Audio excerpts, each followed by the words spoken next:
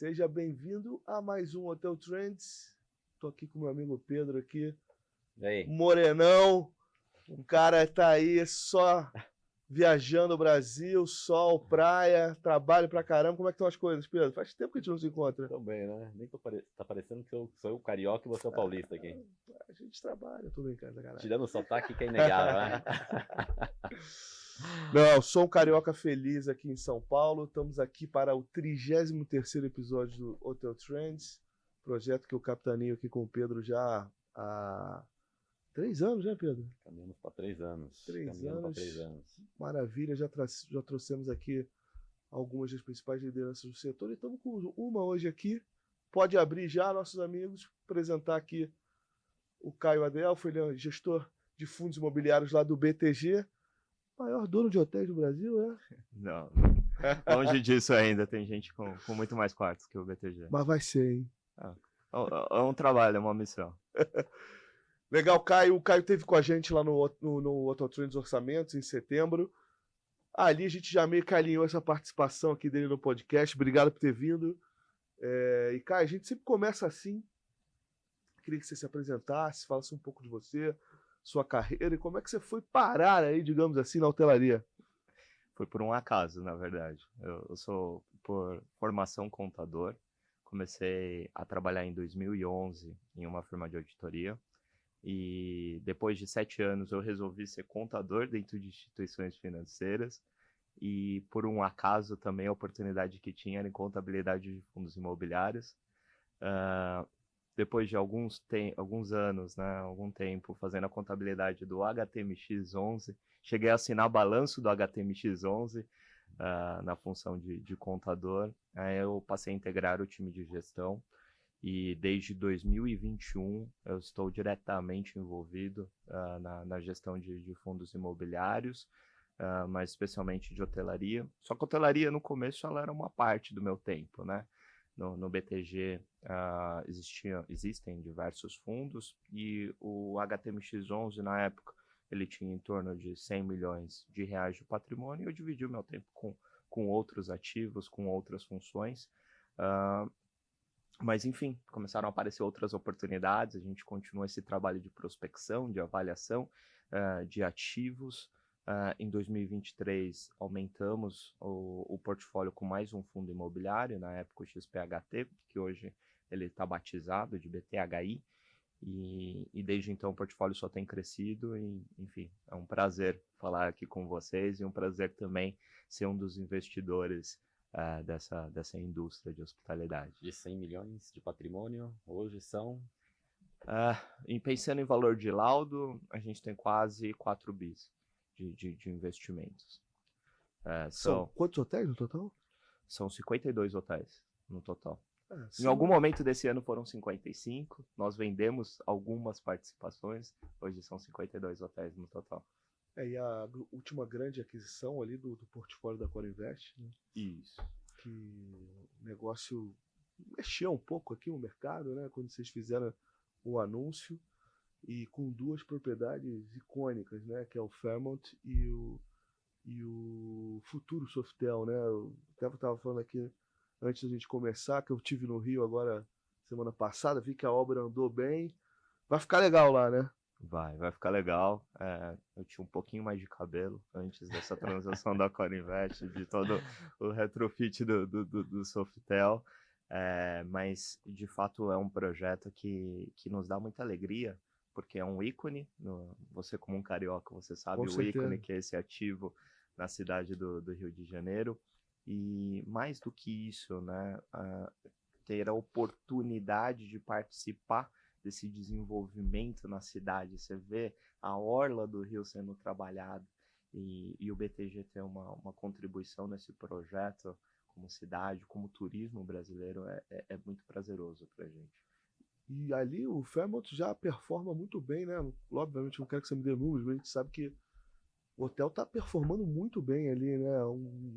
Aquela coisa, localização, uma Exato. cidade com vocação turística muito grande, né?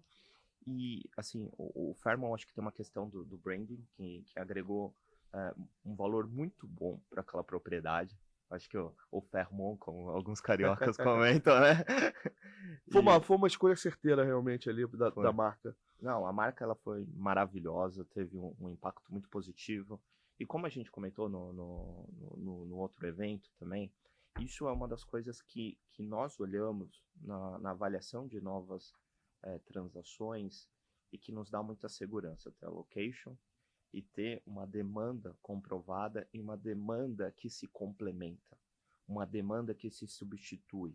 Você tem ali no Fairmont agora, no mês de outubro, muitos eventos acontecendo, muitos grupos, temos até tripulações lá, e você tem do outro lado também um fim de ano chegando, em essência com esse trabalho de lazer, em essência com grandes pacotes muito caros, para comemorar uma das viradas, a virada mais emblemática, né, do Brasil.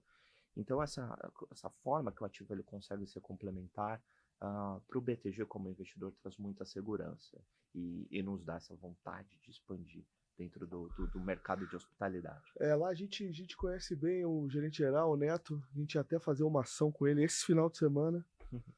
Lá a gente ia gravar umas coisas e tal, ele nos olha, vamos ter que cancelar, porque tô com alta ocupação aqui, não vai dar para receber vocês. E de fato, se você tenta de última hora reservar lá no Fairmont recentemente, você não consegue. Olha que o hotel é grande, né?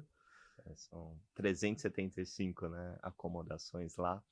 E o Neto ele tem uma coisa engraçada que eu brinco com ele. Eu falo, putz, eu trabalho muito. Essa semana eu trabalhei consistentemente até as 23 horas. Mas o Neto ele sempre tá nativo ali. Neto, de fato. E o que vocês estão olhando hoje, assim, perfil de ativo? São grandes cidades? Como você falou, estão sempre avaliando. Qual o foco hoje para o fundo? Que tipo de produto vocês estão avaliando? É luxury especificamente, não é? O que é? Em primeiro lugar, são esses ativos nas grandes cidades, e sem nenhum demérito para as menores cidades. Mas é mais uma questão quantitativa, né, da segurança que você tem. Aquela coisa de ter uma demanda comprovada, né? Você ter a demanda comprovada. Essa acho que é uma palavra-chave. Até poderia ser uma cidade menor. A gente não tem esse tipo de preconceito, não é contrário, não é ofensivo para a tese. Mas a demanda ela está comprovada, a demanda ela é substitutiva, a demanda ela pode ser trabalhada ou estou ali em volta, né, de uma coisa muito específica. Não pode ser, por exemplo, né, direcionar os investimentos para um lugar que ele está trabalhando só um setor da economia. Putz, aqui eu só atendo o setor de equinos e putz, meu único cliente, meu único hóspede são os empresários desse setor. Isso para a nossa tese de investimento é um pouco sensível, nós precisamos ter. E uma outra coisa que é importante é ter massa crítica, porque é uma franquia, o banco nós temos grandes níveis de governança, então é sempre fundamental ter massa crítica. O investimento de uma transação são meses de dedicação, avaliação operacional, avaliação de engenharia, avaliação jurídica, contábil, tributária. Então nós precisamos ter massa crítica. Você se refere à escala, volume de apartamentos, volume de receita, resultado. Exatamente. E qual que é essa massa crítica? Qual que é essa linha de corte, Caio?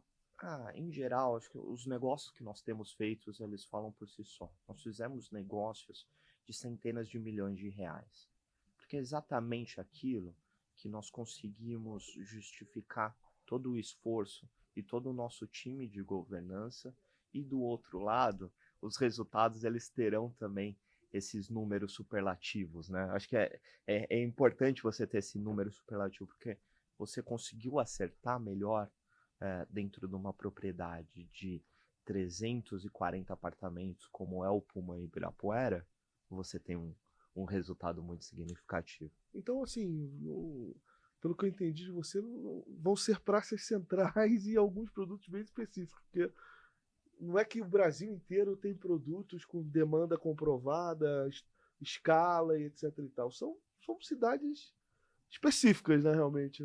Cidades específicas, acho que grandes centros turísticos, né? Você tem cidades menores, mas que já tem essa demanda de décadas, também poderia ser uma oportunidade de médio prazo. Mas, de fato, assim, eu acho que nós temos no banco uma questão que é a ditadura do argumento. Então, acho que se tem argumentos quantitativos, qualitativos, que comprovem essa tese, nós vamos perseguir esses negócios. É óbvio que grandes portfólios assim não estão disponíveis toda hora. Né? Agora, Greenfield ainda não dá, né? A conta não fecha. Né? Greenfield ele é um pouco mais desafiador. Hoje nós temos a experiência de um brownfield. E mesmo com a torre lá, nós experimentamos os desafios desse processo. E o mais difícil do Greenfield é você ter a exatidão, né, de todas as questões que precisam ser colocadas naquela propriedade, do custo da construção civil ao custo dos equipamentos, né, do OSN, dos supplies, do lençol, de todos os materiais de cozinha. O FF&E também, né? O FF&E, são todas as rochas, todos os marceneiros. Acho que tudo isso traz um risco muito grande. E do outro lado também, como que começa essa operação? Vocês são mais experientes, muito mais experientes no setor do que eu. Então tem operações que elas começam nas alturas, tem operações que demoram anos para engrenar. Então assim, você tem uma incerteza muito grande sobre todos os custos de desenvolvimento, que eu tenho certeza que o Excel só vai prejudicar a tese. Eu não vou ter surpresa positiva no meio desse caminho. E você também não pode botar a mão no fogo que o hotel ele começa com 75% de ocupação, né? Então, acho que a combinação desses elementos para o Greenfield trazem uma complexidade grande.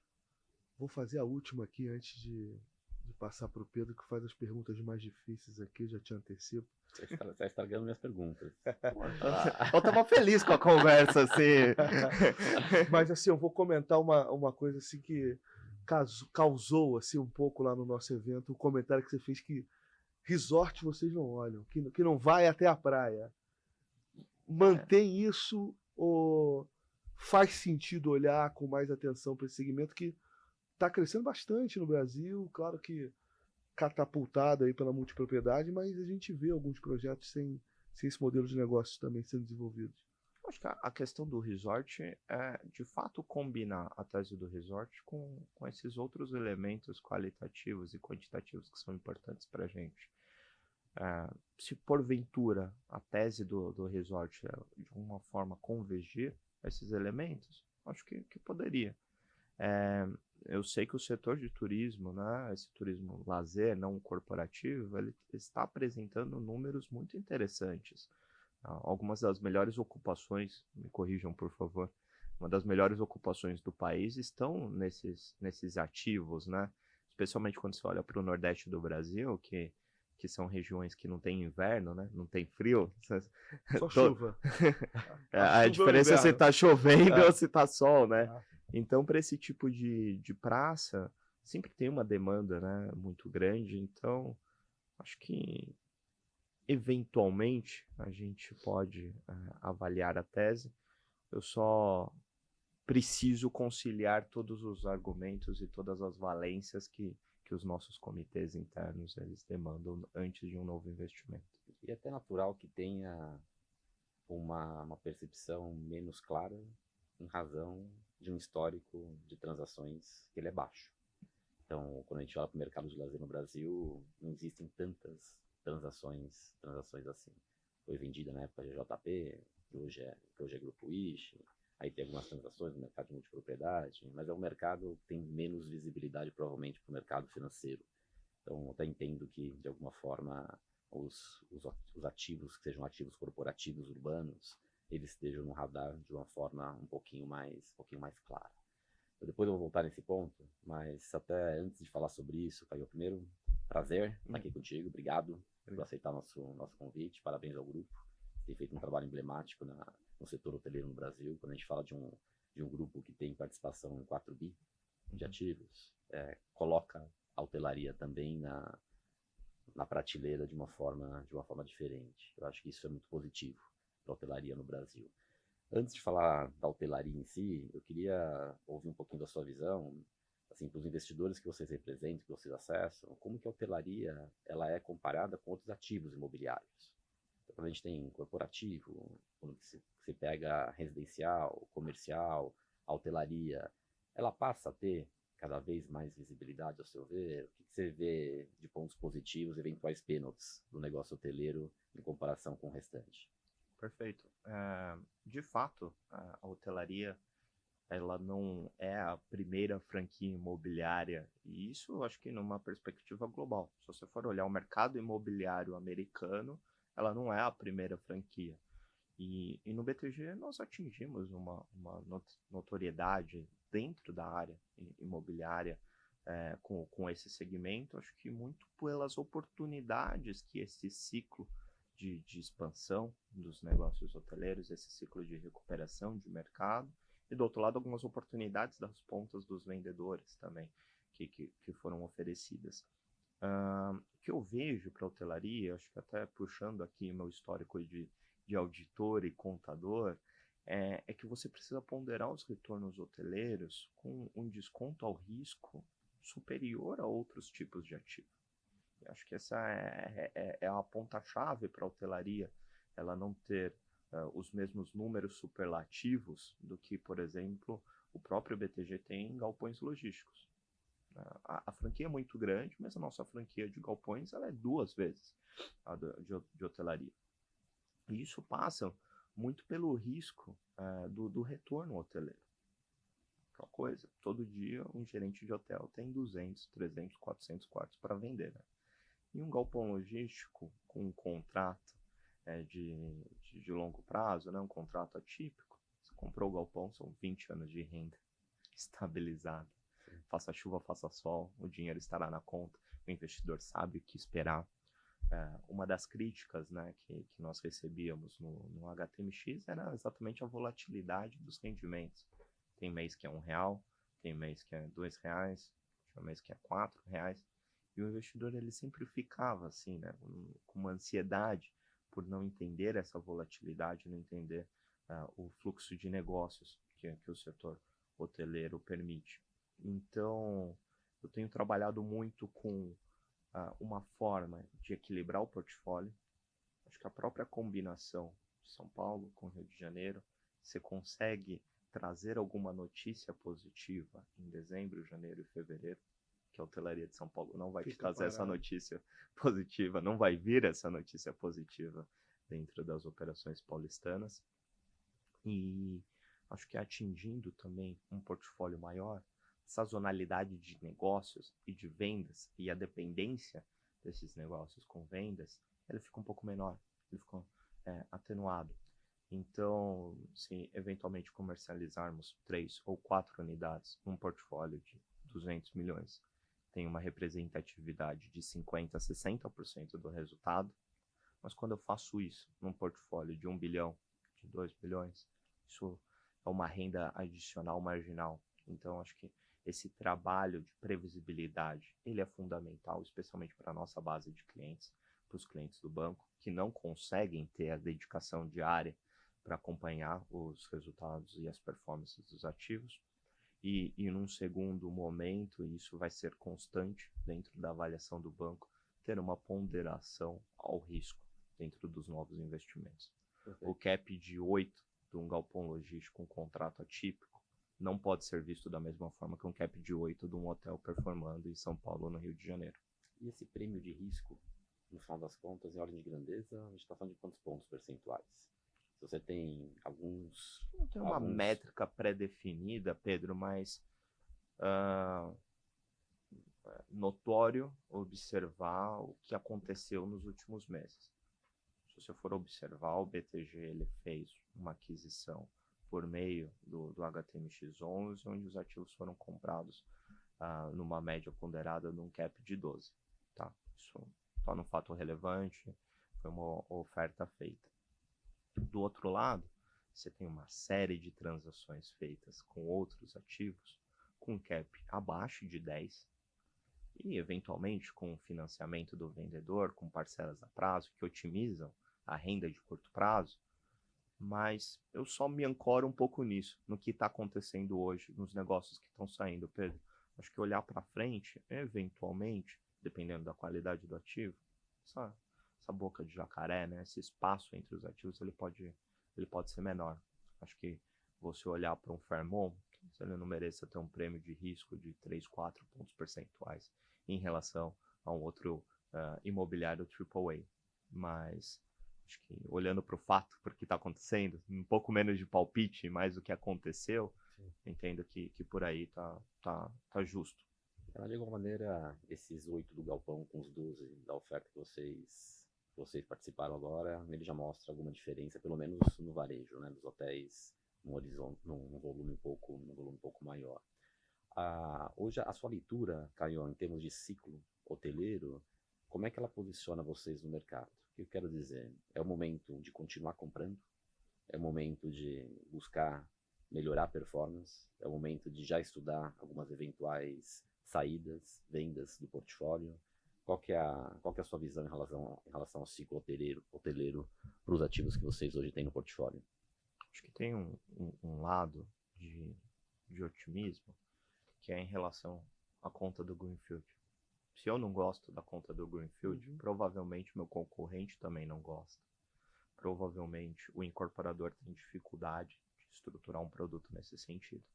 E aí, mais uma vez, acho que eu gostaria de contribuir aqui com vocês. Vocês são os maiores especialistas dentro dessas matemáticas e dentro dessas conversas. Então tem um otimismo do nosso lado em relação ao Greenfield ainda não ser uma alternativa óbvia. E isso permitir uma contínua crescente na relação de demanda e oferta. Quando o Greenfield ele estiver óbvio, acho que essa equalização, por existir uma maior oferta, pode acontecer. E, eventualmente, os resultados podem cair. Mas essa é uma das fortalezas que nós temos. Outra fortaleza é você ter a questão do location. O Vinícius bem disse na abertura dele. Ok, o Greenfield ele já está sendo viabilizado. Mas dá para viabilizar um Greenfield na Vieira Solto? Qual que é o terreninho ali que está disponível na Vieira Solto para você fazer um Greenfield hoteleiro? Mesmo que a matemática esteja agradável. Então, acho que essa combinação faz com que no BTG nós tenhamos um olhar positivo para a indústria. Do outro lado, acho que em São Paulo já existe uma crescente equalização de preços em relação a essa recuperação, muito pelo trabalho que hoje em dia está sendo melhor executado dentro dos STRs e dentro de outras concorrências do segmento econômico. Acho que essa turma ela não estava trabalhando corporativo até 2, 3 anos atrás, e hoje em dia já existem canais melhores estruturados. Então, isso cria também para São Paulo, acho que um contraponto. Mesmo que não tenha um novo Greenfield de nome e sobrenome hoteleiro, mas você tem outros players ali no meio que estão se organizando e absorvendo uma parte da demanda. Até o histórico da hotelaria no Brasil, ele corrobora o seu comentário, porque no final das contas a gente vive um momento de economia modesta, por assim se dizer.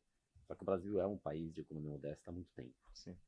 E apesar disso, o desempenho da hotelaria ele vem melhorando. A gente teve quedas de demanda provavelmente em 2 momentos, no histórico de 10, 15 anos no Brasil. Um deles foi no governo Dilma, quando no momento do impeachment, e aí 2015, 2016, o PIB retrai, mais ou menos 3,5% por ano, e aí a hotelaria despenca a demanda. Depois, mais recentemente, durante a pandemia. Nos demais momentos do mercado, o que impactava resultado, que impactava valor na hotelaria, principalmente em São Paulo, era aumento de oferta. Ou sem aumento de oferta, isso a sua tese ganha atração, né? Ela ganha força e a gente pode apostar ainda num processo de valorização dos ativos. Falando sobre possíveis saídas, vocês comparam bastante coisa. Vocês têm um portfólio de 4 bi. Vender um portfólio de 100 milhões é um pouco mais simples. 200 milhões, um pouco mais simples. 4 bi já começa a ganhar um corpo um pouco maior. O que vocês estão enxergando em termos de alternativa lá na frente? Qual que é essas possibilidades para a realização das compras que hoje vocês fizeram. E só para acrescentar, cara, desculpa aqui, cara, essa saída preferencialmente seria em bloco ou oportunidades pontuais? O que vocês enxergam? Legal. Acho que a saída depende muito do ativo que você está observando.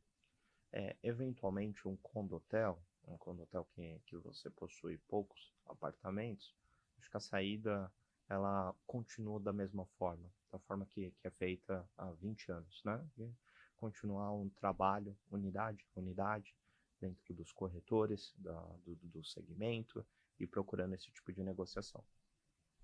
Agora, para os grandes portfólios, você precisa entender na cabeça do seu cliente.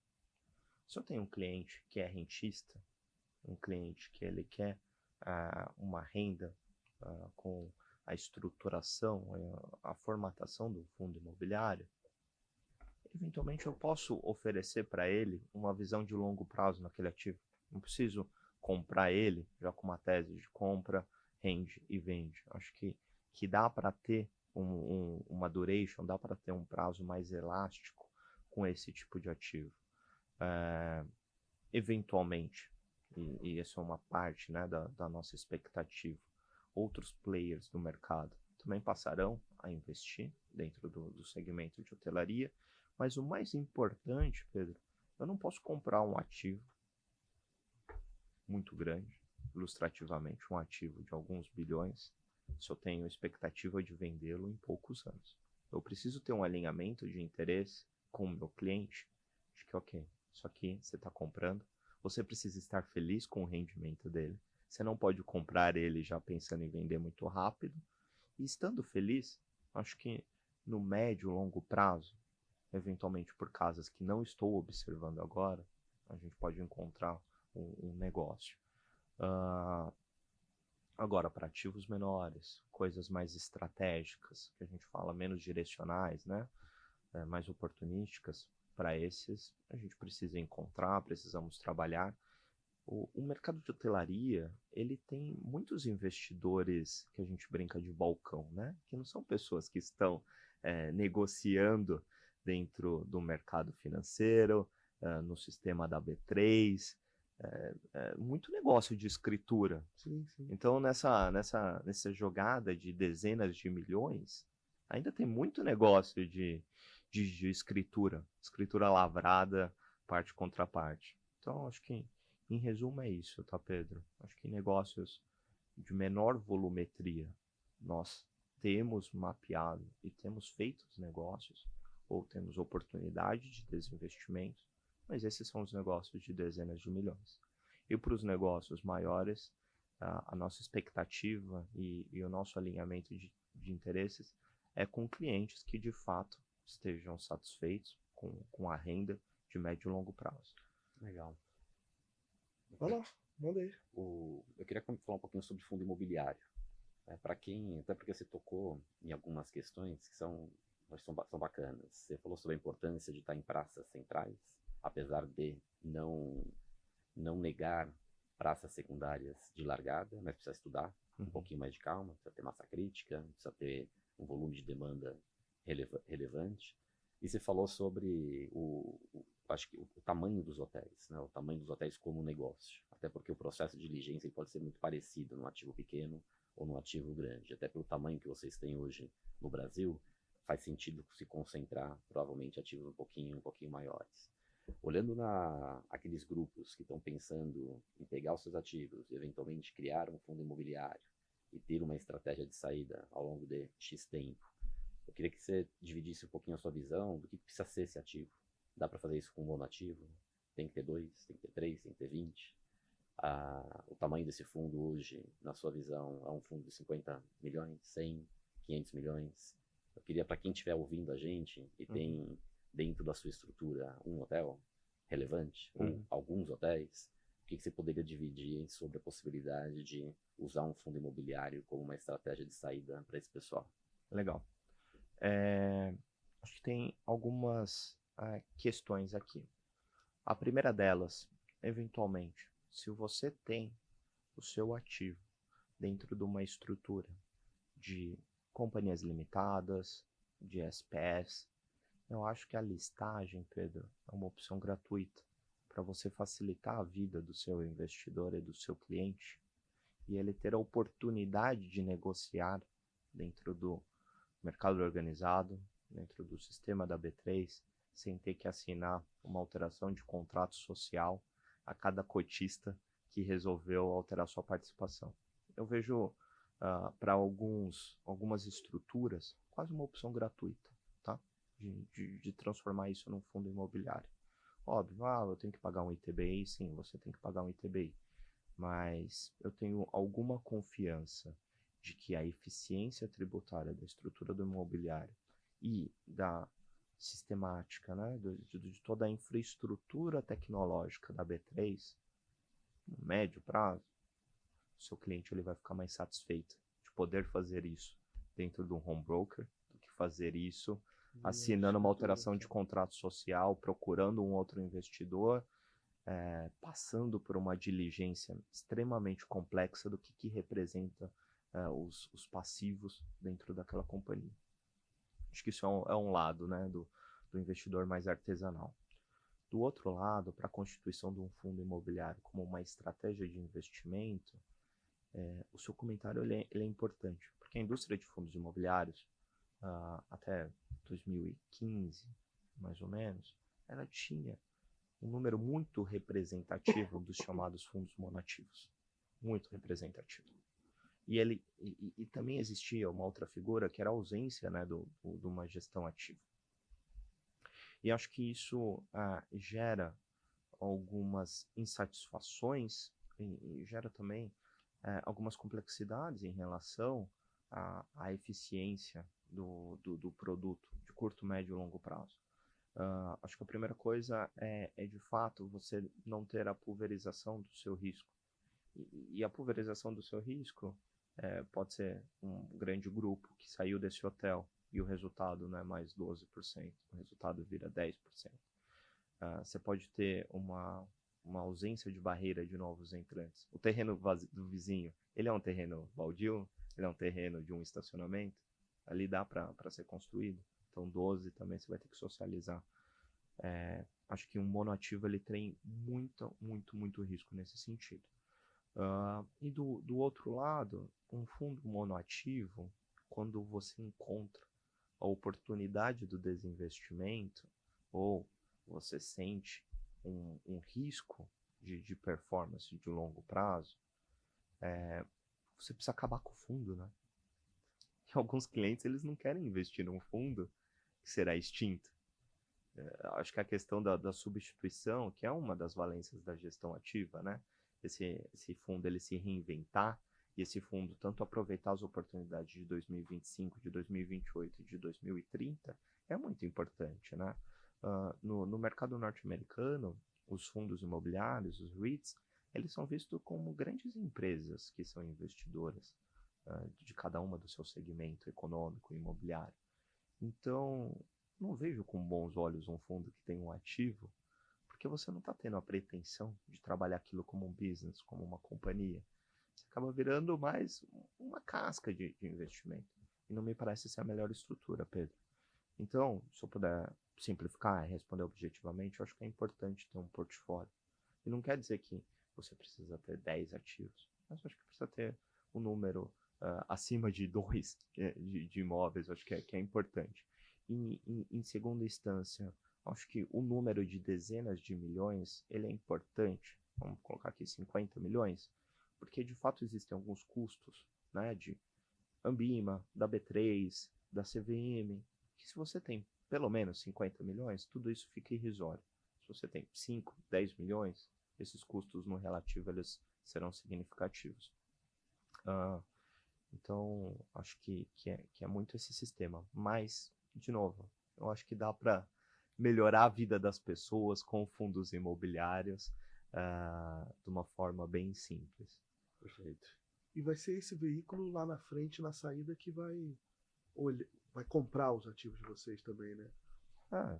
Acho provavelmente, né? Eu acho que sim. E uma outra coisa, né, pessoal, que é muito legal desses veículos. Quando você lista um veículo na B3, todo o histórico de performance, ele está disponível. de uma forma muito crível, né? Com rendimentos que foram publicados na B3, com histórico de performance das ações, das cotas.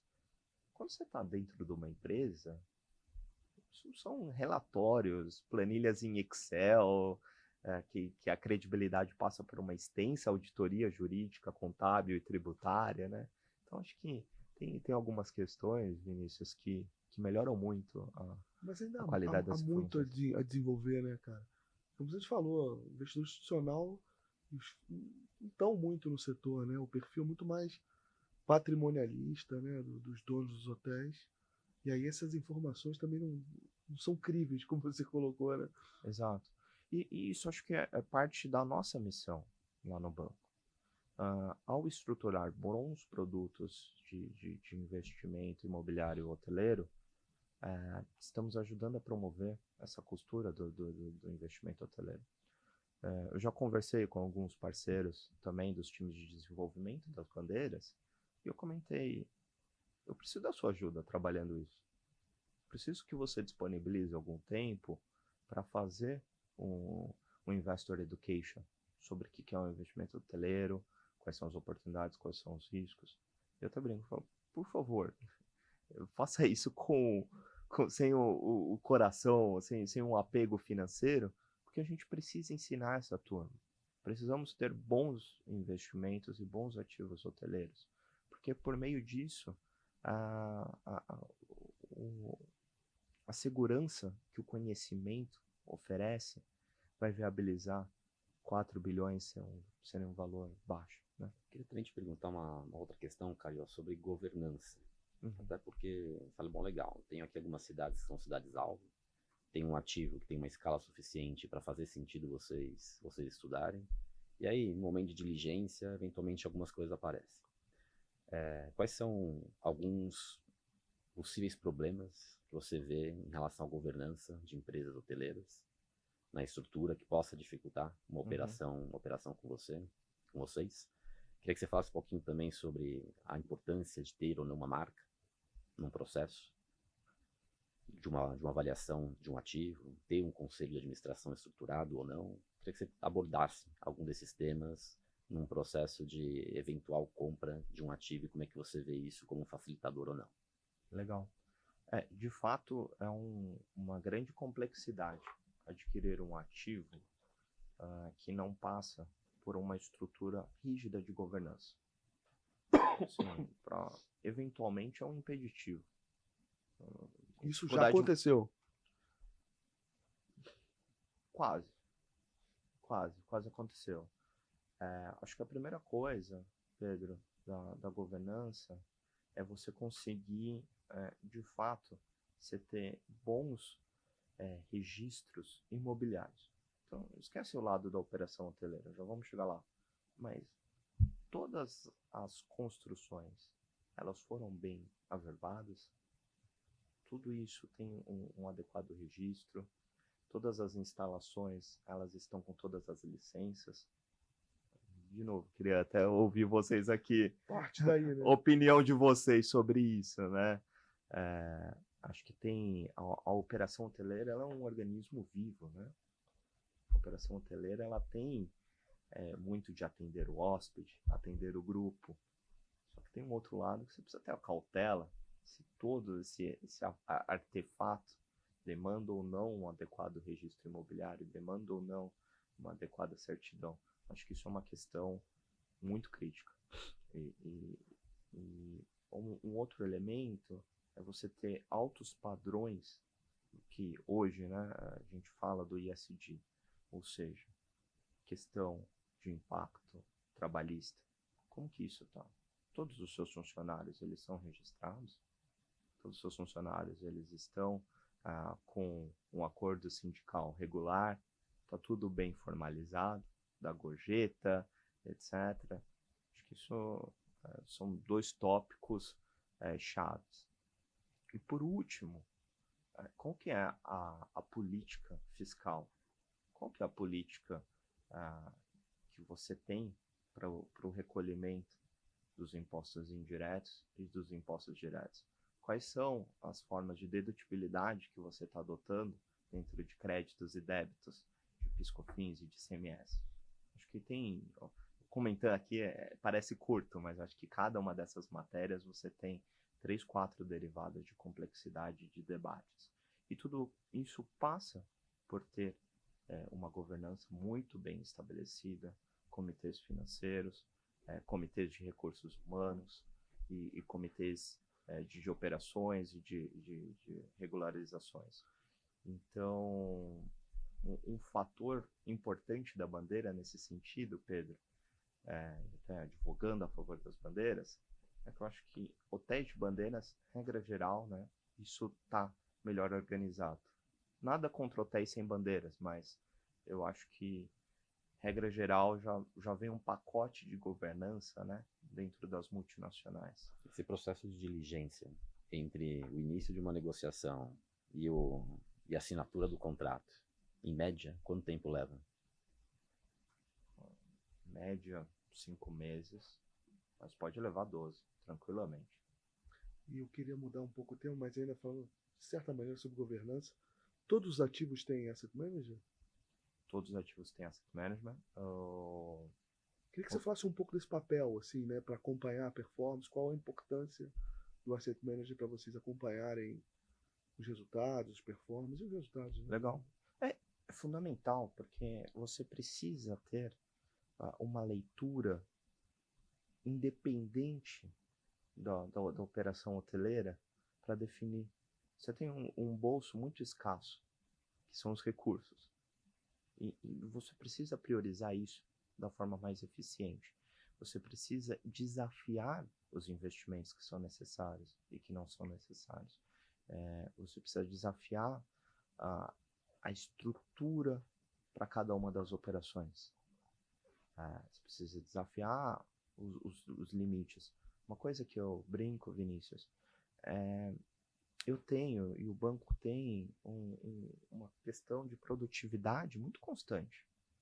Produtividade é, assim, uma palavra que não sai da minha cabeça dia, Não é à toa que sai às 11 da noite do banco. Então, e nesse sentido, acho que o asset management ele é uma forma de destravar essas produtividades. Eu brinco que tem um conceito de paranoia produtiva, que é você estar pensando, mas não basta só ser paranoico, né? Porque paranoico é uma coisa negativa, mas você está pensando em fortalezas, em fragilidades, para direcionar uma produtividade melhor, né? E nesse contexto, essa é a missão do asset management e você contaminar também o time de operação nesse sentido. Acho que a hotelaria é natureza dela a hospitalidade. E acho que o asset manager ele tem como natureza a produtividade e a eficiência. É uma boa combinação, né? Porque eu fiz a pergunta, desculpa ter te interrompido, Não, mas é exatamente isso. Na pesquisa que a gente fez e apresentou lá no evento, corrija, hotéis com asset manager têm uma performance melhor, mas não lembro o percentual. A gente, na pesquisa de orçamentos, nos últimos 2 anos, a gente sondou quase 1.000 hotéis no Brasil. Então, a gente trouxe informação de praticamente 1.000 empreendimentos. Nessa última edição, a gente fez alguns cortes para entender quem está performando melhor. E não apenas em relação à expectativa, mas em relação ao acumulado do ano. Uhum. E aí, quando você pegava o resultado dos hotéis com asset management, eles tinham ali uma performance 5% superior do que os outros produtos, tendo alguns filtros de cidades parecidas e de perfis de produtos parecidos também, para não ter um viés, que seja um viés analítico. Agora, ainda que pareça pouco, 5%, se você traz isso para resultado, você tem performances que são substancialmente maiores. Perfeito. Isso eu acho que é fundamental. E ajuda na governança também, né? Totalmente, né? A gente precisa sempre contaminar essa questão da produtividade dentro dos investimentos. Acho que tem muitos ativos que performam bem e que poderiam performar ainda mais. Tem ativos com claras oportunidades. E parte da minha missão dentro da gestão dos fundos imobiliários é continuar contaminando para melhorar as performances e explorar. Caio, Vocês têm uma participação muito importante no mercado brasileiro. Eu queria tentar explorar um pouquinho mais nesses últimos minutinhos que faltam. E aí, eu vou tentar ser rápido nas minhas perguntas. Também ia te pedir Claro. alguma objetividade, não que você não tenha sido até agora, mas nesses últimos minutinhos que a gente tem. Eu queria falar um pouco sobre custo de capital. Eu queria falar um pouco sobre para que perfil de parceiro vocês poderiam ser uma opção relevante. E queria falar um pouquinho de lazer também. Tá. Então, vou começar sobre custo de capital. Hoje, até a gente fez essa pergunta para você durante o nosso evento. Para vocês analisarem uma oportunidade de compra, né? O que é um mínimo de retorno desejável dos investidores que vocês representam? De novo, vou usar a referência do que a gente tem feito. O mínimo desejável que o meu investidor dos fundos imobiliários está pedindo é em torno de 12% de rendimento ao ano. Então, a renda do hotel, sob o valor que está sendo negociado, no mínimo ele tem que bater isso. Legal. E se a gente sai do varejo, digamos assim, e vai para um investidor institucional, esse prêmio ele acaba sendo relevante. E aí a gente vai para qual outra ordem de grandeza? Esse prêmio ele é relevante porque esse outro investidor institucional ele tem as melhores oportunidades de investimento do mercado, né? Então você acaba concorrendo com outros grandes negócios. De novo, não tem um número cravado, mas eu entendo que ele deveria arbitrar com uma métrica diferente, que não é mais só o retorno do aluguel, mas é o retorno total da transação, e isso deveria ficar em torno de 20%. Nós fizemos recentemente uma oferta voltada para investidores institucionais, Pedro, e esses investidores eles pediam muito um retorno anualizado, não é mais só aluguel, é aluguel com ganho de capital, em torno de 20%. Real ou nominal? Nominal. Nominal. Legal. Para quem busca vocês como um possível parceiro, o BTG hoje é o parceiro para comprar o ativo 100%? É o parceiro para eventualmente ter como sócio em algum negócio hoteleiro? Em que tipo de transações vocês estão olhando hoje? Nós olhamos esses dois tipos de transação, olhando só o BTG ou com parceiro. Lembrando, precisa ter esses números superlativos para justificar todo esse processo de governança. E também preciso de uma outra questão. Eu preciso ter uma voz na sala. Acho que uma coisa que eu não gosto é de sentar numa mesa sem ter a oportunidade das nossas provocações e das nossas contribuições serem ouvidas. Então, ter uma participação nessa sociedade, uma participação significativa é relevante. E os fundos hoje constituídos, qual mais o perfil? É mais varejo, institucional, percentualmente falando hoje? 2/3 varejo, 1/3 institucional. E você acha que isso pode mudar, assim, nos próximos anos, com o setor melhorando a performance e tal? Hoje você Ou tem essa mantendo questão... esse ritmo, né? É que hoje você tem uma questão da taxa de juros alta, que para o Sim, varejo, pra captar. ele vai fazer uma conta do CDI e vai ser muito difícil Difícil. captar com o varejo. Já o investidor institucional, ele tem uma capacidade melhor de olhar para essas oportunidades e falar, eu entendo que juros de 15% é o momento. Eu entendo que as coisas vão melhorar. Então, quero participar, quero investir agora, porque esse é o momento de se comprar ativos, não é o momento que o juros está 7, 8%. Então, espero que tenha já um processo de fechamento das taxas de juros, e isso contribui diretamente para a participação do varejo, mas não existindo, nós temos mais oportunidade com o institucional. E falando até de juros, assim, nesses minutinhos finais aqui, ele baixando para um dígito, vocês poderiam olhar novamente para o Greenfield? Ou... Essa é a conta que ajuda o Greenfield. Sem dúvida. Essa é a conta que ajuda e o aí Greenfield. faria mais sentido ou nem... Faria mais sentido, só peço 2 ou 3 coisas chaves nessa questão. Primeira, location, location, location. Não quero fazer greenfield em locais que eu não esteja bem blindado. E segundo, como que estão os novos entrantes e como que fica essa questão do equilíbrio de oferta e de demanda, que o Pedro bem disse que é um dos principais tópicos. É meio complexo ainda, né? Porque não dá para ser um lugar que tenha 10 greenfields do meu lado, claro. Senão vai causar um desequilíbrio no mercado gigantesco. Mas sim, a conta do greenfield ela melhora exatamente com juros menores. Se eu trouxer o hotel para um complexo imobiliário maior, que a cultura do Greenfield é um pouco mais clara. Às vezes trazendo um hotel com uma branded residence, trazendo um hotel alavancando também um comercial, um corporativo.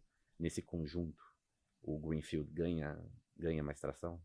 Sem dúvida nenhuma. Acho que uma parcela significativa dos Greenfields veio por esse conceito híbrido, né? Então, essa é uma forma de viabilizar, mesmo com os juros de 15%. Deixa eu fazer uma última pergunta, Não. que é o seguinte: a gente tocou no lazer de uma maneira muito, muito superficial, e eu queria pegar e dividir de novo a mesma pergunta que a gente fez lá no evento, e o Vinícius comentou agora, mas talvez organizando algumas ideias de uma forma um pouco mais estruturada. Até porque algumas mensagens que você passou, é importante estar em destinos consolidados, ou pelo menos é desejável, é importante ter escala e é importante também você tentar blindar o risco de nova oferta. Quando a gente olha para lazer no Brasil, e alguns destinos que são destinos centrais, você tem um dos principais destinos turísticos da nossa região, América Latina. A gente tem complexos de 300, 400, 1.000 apartamentos. Desenvolver resorts não é nada fácil, até porque você tem um outro elemento de risco, que é o risco ambiental. E a gente não tem financiamento no Brasil barato para estruturar hotéis dessa natureza. São pouquíssimos os grupos que desenvolvem essas propriedades. De alguma maneira, o dólar valorizado, ele dificulta muito a viagem de brasileiros para o exterior. E a gente olha para os últimos anos, cada vez mais o volume de pessoas que iam para fora, de certa forma, eles viajam mais pelo Brasil. Nesse contexto, e uma vez que daqui para frente a economia, se ela piorar, por questões de risco fiscal, de alguma forma, o dólar deve ganhar ainda mais força no nosso país e alimentar o turismo doméstico, se não tem aqui alguma oportunidade que ainda ela está subaproveitada em relação a operações financeiras para o mercado de lazer para grandes propriedades, em destinos que sejam destinos consolidados, se isso muda alguma coisa, ao seu ver, essa dificuldade de fazer negócios em relação ao lazer no Brasil. Acho que a dificuldade de fazer negócios tem uma outra questão aqui, que é, você tocou do financiamento, mas tem uma oportunidade dentro da estrutura do financiamento, que são os créditos estruturados, que também estão em crescente dentro do mercado nacional.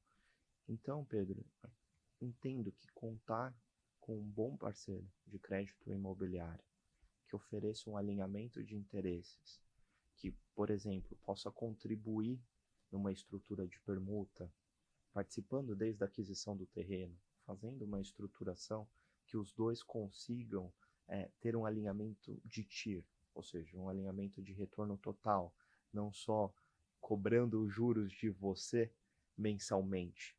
Entendo que por aí você tem uma chave para poder investir e desenvolver. E do nosso lado, como você bem recapitulou as nossas premissas e as nossas prioridades, Pedro, um parceiro como esse, capaz de estruturar CRIs ou de estruturar fundos de co-investimento, de alavancagem sênior, sub, mezanino, com essas estruturas, eu entendo que nós poderíamos viabilizar complexos. Porque eu atingi o qualitativo hoteleiro, eu estou atingindo métricas quantitativas e a estruturação financeira tem um grande alinhamento de interesse entre empreendedor e banco e financiador. Putz, eu acho que esse é o momento que esses negócios eles ficam destravados. E eu entendo que essa financial deepening, né, essa sofisticação dos produtos financeiros, dos produtos imobiliários financeiros, deveriam contribuir de alguma forma. Muito bem. Obrigado pelo tempo, obrigado pela aula. Exatamente. Felizmente eu poderia ficar aqui mais tempo conversando com o Caio, mas temos que encerrar. Queria agradecer aos nossos patrocinadores, a TOTUS, que apareceu aqui atrás, a Let's Book, aí o nosso grande Hotelier News, 23 anos de atuação no mercado. Agradecer também ao Rafael Cessri do Grupo R1, que nos cede aqui esse estúdio para a gente fazer a gravação. Equipe de produção, obrigado. Caio, mais uma vez, Muito obrigado e até a próxima, pessoal. Obrigado, pessoal. Valeu, pessoal. Abraço.